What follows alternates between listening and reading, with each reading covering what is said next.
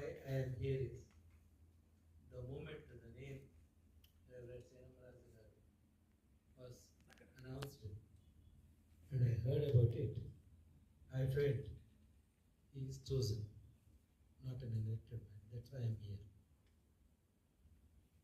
నేను right reverend Arthur గారు moderator గారి తమ్ముడు కొడుకునేట్టు కొత్తగూడెం సిఎస్ఐ సంఘానికి వదలకుండా ఉన్నాను. చాలామంది రిటైర్ అయిపోయి వలస వెళ్ళిపోయారు.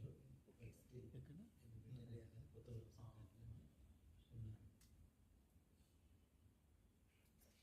మిమ్మల్ని నియమించుకున్నప్పుడు చర్చ్ అడ్మినిస్ట్రేషన్ అనే పదానికి తక్కువ ప్రాధాన్యత ఇస్తూ క్రైస్తవ సమాజము మిగతా సమాజానికి ఆశీర్వాదకరంగా ఉండేలాగా చర్చ్ అడ్మినిస్ట్రేషన్ నడిపించే నాయకుడు భారతదేశానికి ముఖ్యంగా ఇప్పుడు చాలా అవసరం.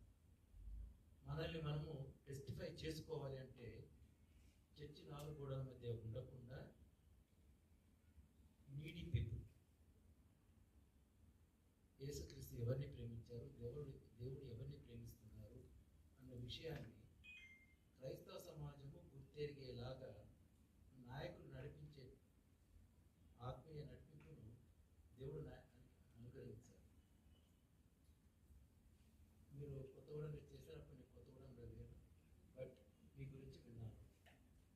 కాబట్టి ఆ పందాన్ని తీసుకొని మనం పేద ప్రజలకి, పేదవాళ్ళకి ఎంత చేయగలము అన్న విషయాన్ని ఆలోచించుకుంటూ మన వాక్య సందేశాల్లో ఆ తర్వాత రోజుల్లో మన నడిపింపు సంఘంలో ఉన్న సంఘ పెద్దలకి, తర్వాత సంఘ సభ్యులకి వాటి గురించి మోటివేట్ చేయగలిగిన నాయకుడిగా మీరు ఉన్నట్లయితే మీ కాలంలోనే కాదు, తర్వాత కాలంలో కూడా డోర్నకల్ డయాసిస్ ఒక మంచి ఆశీర్వాదకరమైన డయాసిస్ అవుతుంది.